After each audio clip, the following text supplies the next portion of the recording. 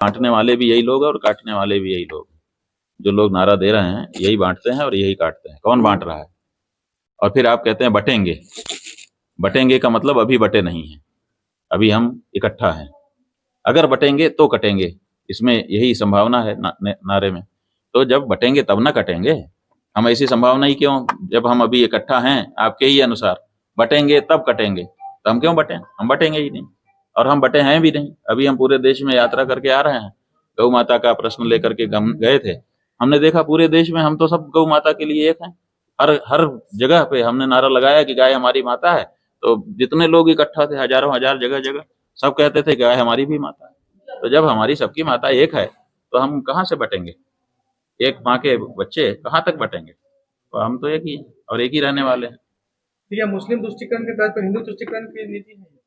हाँ भाई, बात वही है कि राजनीति में कवर्धा जंक्शन की टीम ने आज जहां जगतगुरु शंकराचार्य महाराज जी से कबीरधाम जिले में बढ़ रहे अपराधों को लेकर चर्चा की, वहीं गौ माता की सुरक्षा के साथ ही हिंदू कितने सुरक्षित हैं और इसके साथ ही उन विषयों पर भी हमने चर्चा किया जो वर्तमान समय में कबीरधाम शहर में निकलकर सामने आ रहे हैं। तथा हम आपको एक चीज़ और बताना चाहेंगे, कबीरधाम जिले की जीवनदायिनी सकरी नदी, इस विषय को लेकर भी हमने जगतगुरु शंकराचार्य महाराज जी से चर्चा की। इन सभी प्रश्नों का उत्तर जगतगुरु शंकराचार्य महाराज जी ने दिया और आखिर उन्होंने कवर्धा को लेकर क्या कहा और वर्तमान स्थिति के बारे में जगतगुरु शंकराचार्य महाराज ने अपनी बातों को रखा। तो आप भी हमारे चैनल कवर्धा जंक्शन के माध्यम से सुनिए कि आखिर जगतगुरु शंकराचार्य महाराज ने पूरे चर्चा के दौरान क्या कुछ कहा है। भारत के मूल निवासी पूर्वज ने गाय को पशु नहीं कहा, तो गाय को माता कह करके संबोधित करते हैं। इसलिए गो शब्द जहाँ आता है अपने आप मुँह से बरबस माता शब्द निकल जाते हैं। तो गाय को हम लोगों ने माता माना था, आप उसको माता हटा करके पशु कह रहे हो। और पशु कहते कहते परिणाम ये हो रहा है कि सब अब जो नई पीढ़ी आ रही है उसके मन में उसके बारे में पशु की भावना आ जा रही है, और पशु की भावना आएगी तो पशु जैसा व्यवहार करेगा। तो इसलिए हम कहते हैं कि जो परंपरा थी हमारी, उसी परंपरा के अनुसार आप माता को माता कहिए। फिर से महाराज जी, टीवी में भी एक से एक बाबा, रोज नए नए बाबा दिखाई देते हैं। टीवी वाले पैसा लेकर के बाबाओं को पैदा करते हैं। ये एडवर्टीजमेंट है। जो एपिसोड चलते हैं आप उनको अगर गौर से देखें तो नीचे छोटे अक्षर में AGTVT लिखा रहता है, समझे ना? मतलब एडवर्टीजमेंट है, ये पैसा लेकर के हम दिखा रहे हैं। तो ये तो टेलीविजन वाले हैं, अपने पैसे की कमाई के लिए, अपने टीआरपी बढ़ाने के लिए कुछ भी चलाते रहते हैं। उनको इस बात का एहसास रहना चाहिए कि हम जो दिखा रहे हैं उसका समाज में थोड़ा प्रभाव भी जाता है। तो इसलिए पैसा कमाएं, हम अपनी समर्थन करने वाली लॉबी बढ़ाएं, टीआरपी बढ़ाएं, लेकिन थोड़ा इस बात का भी ध्यान रखें। तो अनुरोध है आपके माध्यम से, मीडिया चैनल से, कि भैया थोड़ा सा समाज का ध्यान रख करके लोगों को प्रमोट करो, सही लोगों को प्रमोट करो। पैसा कमाओ लेकिन सही रास्ते से कमाओ। जैसे आजकल सरकारी कार्यालय में घूस चलता है, लेकिन गलत काम करने के लिए नहीं चलता, सही काम को जल्दी कर देने के लिए घूस ली जाती है। ऐसा कर्मचारी लोग बताते हैं कि भाई हम गलत नहीं करेंगे पैसा लेकर, हम करेंगे जो सही है वही, लेकिन जल्दी कर देंगे। तो उसी तरह से आप लोग भी सही आदमी को प्रमोट करो, काहे को गलत आदमी को प्रमोट करते। हम लोग तो कई जगह पे जाते रहते हैं और जहाँ जाते हैं वहाँ के बारे में अपने आप कुछ न कुछ अनुभव होता ही। हम एक बार कवर्धा के पास एक डोंजरी गांव, चरडोंगरी या डोंजरी, वहाँ आए थे।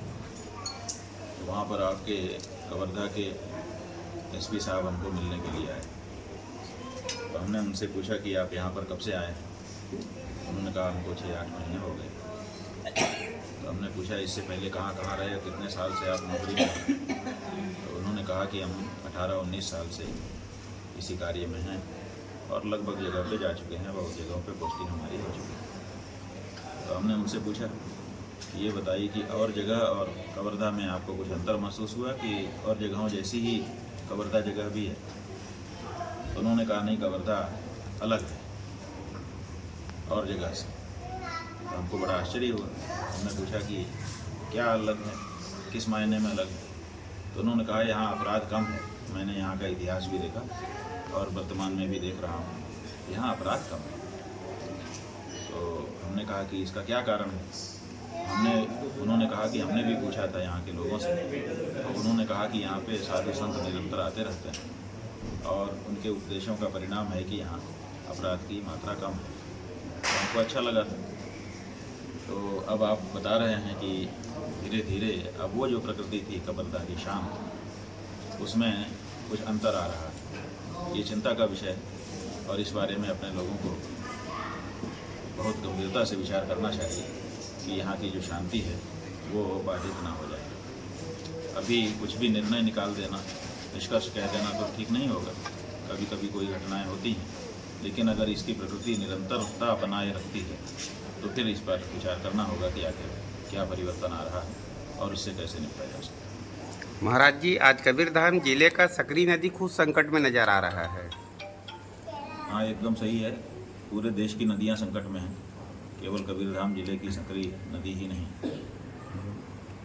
हम लोगों ने पहले भी इस बारे में चर्चा की थी, लेकिन दूसरे काम आ जाते हैं, हम लोग इसको आगे नहीं बढ़ा पाते हैं। कहीं ना कहीं इसमें हम लोगों का भी प्रमाद है, जिसके कारण संकरी नदी के बारे में बार बार सोच करके भी उनको प्रदूषित ही हम लोग रहने दे रहे हैं।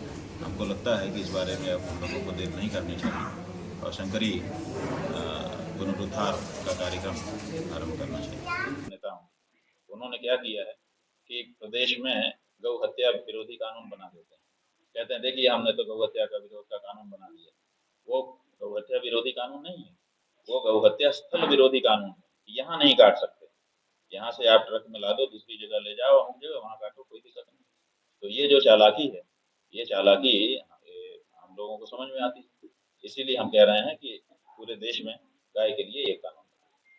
गुरु जी, कवर्धा सहित छत्तीसगढ़ अभी अशांत लग रहे हैं, किस तरह से देख रहे हैं? अरे भैया, अशांत तो कौन करता है? कभी कभी परिस्थिति आ जाती है और कभी कभी लोग जानबूझ करके परिस्थितियों का निर्माण करते हैं। तो देखना होगा कि अगर किसी शांत क्षेत्र को अशांत बनाने की कोशिश हो रही है तो उसके पीछे उद्देश्य क्या है और कौन लोग, इस बारे में सतर्क होकर के जांच करना चाहिए और जल्दी ही पता लगा लेना चाहिए। क्योंकि अगर सामाजिक जीवन में कुछ भी है महत्वपूर्ण तो वो है लोक शांति। तो लोक शांति को कभी भी प्रभावित नहीं होने देना चाहिए। महाराज जी, आज का युवा वर्ग भी धर्म की राह से भटक रहा है। बात यह है कि युवा वर्ग को आप धर्म की शिक्षा से वंचित किए हुए हो। हमने देश आजाद करवाया, हमारे पूर्वजों ने ये चाहा था कि हमारे देश में हम अपने बच्चों को अपने अनुसार की शिक्षा दे सकेंगे। आपने विदेशी शिक्षा को अपना रखा है, हमारे देश की शिक्षा को आपने बंद करवा दिया। 1835 में लॉर्ड मैकाले की अनुशंसा पर जो इंडियन एजुकेशन एक्ट लागू हुआ, तो अंग्रेजों के चले जाने के बाद भी वही कंटिन्यू है। क्यों कंटिन्यू है?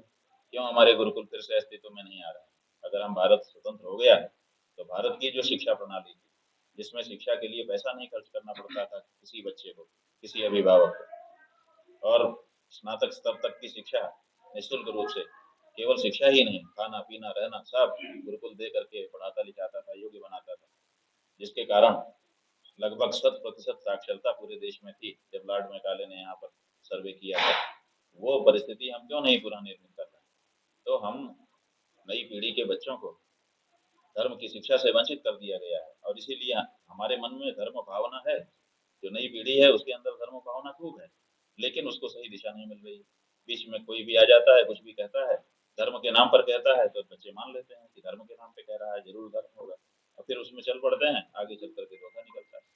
ये समस्या हो रही है। इसलिए हम लोग ये मांग कर रहे हैं कि भारत के संविधान के अंतर्गत जो धारा 30A के अंतर्गत बहुसंख्यकों को उनकी धर्म शिक्षा के अधिकार से वंचित कर दिया गया, उस क्लास को हटाया जाए और फिर से हमको धर्म की शिक्षा लेने का अधिकार दिया जाए। आपको पता होना चाहिए कि आपके संविधान में ऐसी धारा है जिसमें यहाँ पर अल्पसंख्यक जो है वो अपने बच्चों को धर्म की शिक्षा दे सकता है, लेकिन बहुसंख्यक नहीं दे सकता। तो ये जो हमारे ऊपर आपने आज़ादी के बाद से धर्म शिक्षा से वंचित होने का कानून बना रखा है, ये हमारे लिए बाधा है और इसीलिए हम चाहते हैं कि उसको फिर से दिया जाए। महाराज जी, बदलते दौर के साथ ही हिंदू कितना सुरक्षित है? देखिए, हिंदू जो जीवन है, उस जीवन की विशेषता क्या है? उस जीवन की विशेषता यह है कि हर परिस्थिति में अनुकूलन कर लेने की उसके अंदर क्षमता है। जब जैसी परिस्थिति आई, हम वैसे ही ढल जाते हैं। इसलिए कोई भी परिस्थिति आ जाए, हम नहीं मुकरेंगे। हम सनातन क्यों हैं, हम शाश्वत क्यों हैं? क्योंकि हम परिस्थितियों से अनुकूलन करने की कला जानते हैं। जब जैसा तब तैसा, नहीं तो हिंदू कैसा। तो हम जब जैसा होता वैसा डल जाते हैं। इसीलिए हमको कोई मिटा ही नहीं सकता। सदियों रहा है दुश्मन दौरे जहां हमारा, कुछ बात है कि हस्ती मिटती नहीं हमारी। वो कौन सी बात है? यही बात है कि हम परिस्थिति से अनुकूलन कर लेते हैं। परिस्थितियां हमको प्रभावित नहीं करती हैं, हम परिस्थितियों को अपने प्रभाव में ले लेते हैं। तो हमको कौन मिटाएगा? इसलिए परिस्थिति बदलती है, थोड़ा बहुत लगता है कि कमजोरी आ रही है, लेकिन तब तक हम उससे अनुकूलन करके फिर सबल हो जाते हैं। वो दूध देने की मशीन दूध देगी, तो दूध के लिए लाए थे। जब दूध देना बंद कर दिया तो काहे को रखेंगे? जब तक बात कर रहा है टेलीफोन आपका, तभी तक ना आप जेब में रख के घूम रहे हो, क्योंकि बात करने के लिए लाए। जब बात करना बंद कर देगा तो क्या करोगे? फेंकोगे। तो ऐसी परिस्थिति में उनके दिमाग में ये बात भर गई है कि ये दूध देने की मशीन है।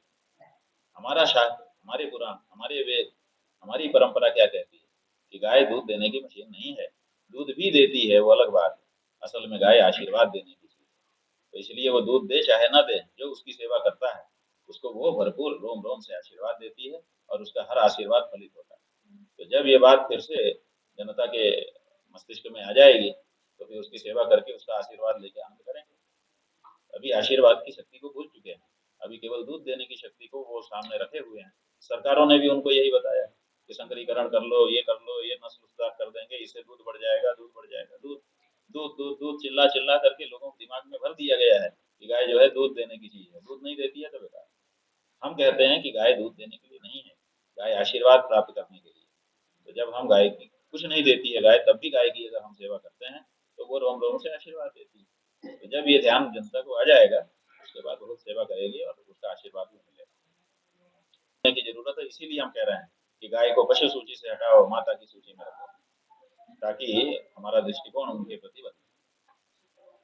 कबीरधाम जिले के खबरों के लिए आप बने रहे कवर्धा जंक्शन के साथ।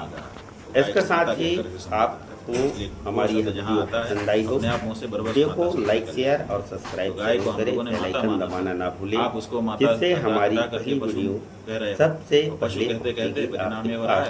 कवर्धा जंक्शन परिवार में पुनः आप सभी का स्वागत है। और पशु की भावना आएगी तो पशु जैसा